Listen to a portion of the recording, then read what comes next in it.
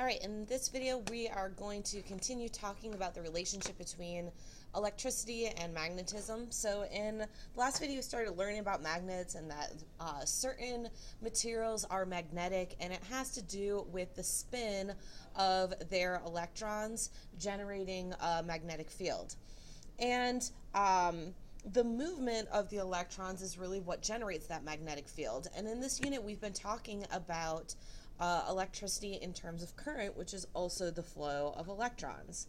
So if I were to take a current carrying wire like this and I were to run a current through it, now I am moving charge, right? And we learned that the direction of the current is actually opposite the flow of electrons, so electrons would be moving to the right.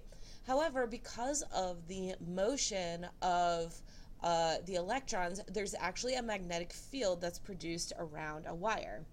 So any current carrying wire creates a magnetic field around it. And the magnetic field, like if we were to look, like let's say this is the top of the wire and I'm looking down on the end, the magnetic field goes around the outside of the wire in sort of these like concentric circles. And there's a couple of variables that affect how strong the magnetic field is. Now I'll give you the equation just so if you want to look at it. We're not going to actually use the equation at all in this class, but the strength of a magnetic field is equal to some constant, don't worry about this mess, and then I over R. So the strength of the magnetic field is relative to both the current running through the wire and the distance from the wire.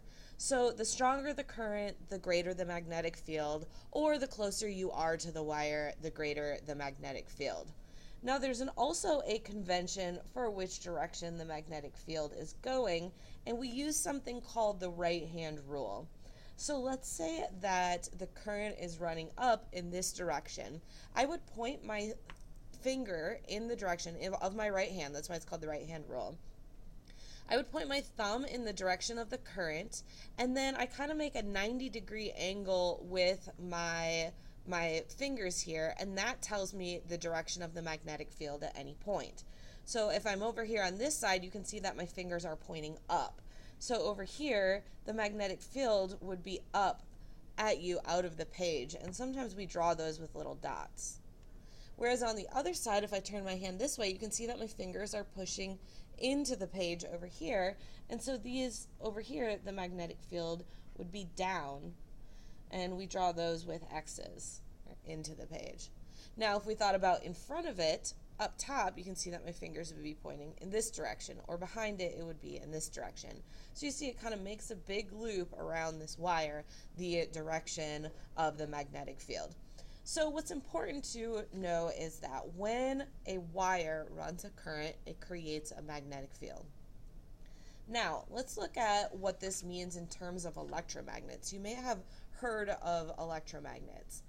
So if I were to take a wire and I were to loop that wire, and let's just say I loop it a whole bunch, right? This is the start of what is an electromagnet. These loops are called a solenoid. Now if we just look at one loop, so let me just kind of pull it out, and we've got one loop like this of the wire, and I were to run a current through that wire. If I use my right hand rule, you'll see like as I go around the loop and turn the page, my fingers are always pointing into the center. So as a result of running a current through a loop, I get a whole bunch of magnetic field right through the center, and it's all pointing in the same direction, and it's a vector, so it's adding. So by looping the wire, I'm making a really strong magnetic field in the middle of the loop. So this is just one loop, right? But up here, I have a whole bunch of loops. So you can imagine that it keeps adding and adding and adding until I get a really, really strong magnetic field, which we write with the letter B. Should have said that on the last page where I actually wrote the variable. So magnetic field in between these loops. And there's a couple of things that affect how strong that magnetic field is. One of them is the number of loops. So the more times you loop it, the more times you're going to like add or create more magnetic field that's adding to your net vector essentially.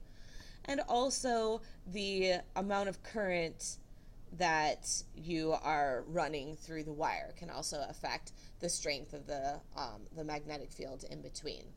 Now, what makes it an electromagnet?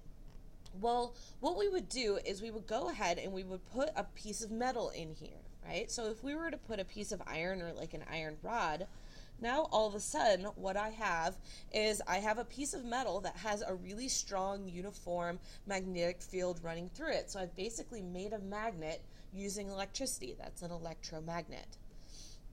And if I wanted to move this magnet, I could bring it close to or near another magnet, and that would cause it to either repel or attract.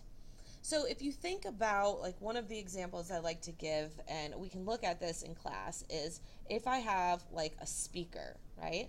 Speakers have a magnet down here. And let's say it's a subwoofer, and what I want to do is I want to cause, I'm sure like you've been to a concert before, this little cone in here, I want it to go in and out, and then it will pump the air, right? And that's what creates that bass sound. So how do I make this magnet go back and forth? Well, if I have another magnet close to it, an electromagnet, like this, and I create a magnetic field, all of a sudden it would attract it, right? Now, how would I make it repel? Well, what I could do is that I could reverse the direction of the current, which would reverse the magnetic field, and then it would repel. So by using what we call an alternating current, it would cause the direction of the magnetic field to change and would cause this to go in and out, generating a sound, right? So up until this point, we've been dealing with something called DC, which is direct current, right? Where we're looking at a simple circuit and the current is only going one direction. Now I've introduced you to this idea of alternating current, and this is really what you have in your homes is alternating current or AC current. And now we have a practical application of that AC current, all right? So what's important to take out of this video is that we know by the movement of electrons we can generate a magnetic field around a current carrying wire, and as a result of that we can actually loop wires in order to create electromagnets. Let me just write that here. And the strength of the electromagnet is relative to the number of loops you have and the amount of current that's going through the wire, which generates a magnetic field which we can run through a metal. And then we have sort of a practical application here. Now this is one application, but there are many. Most motors work in this way, right? So in the next video, we're going to start talking about how magnetic fields then could possibly create electricity.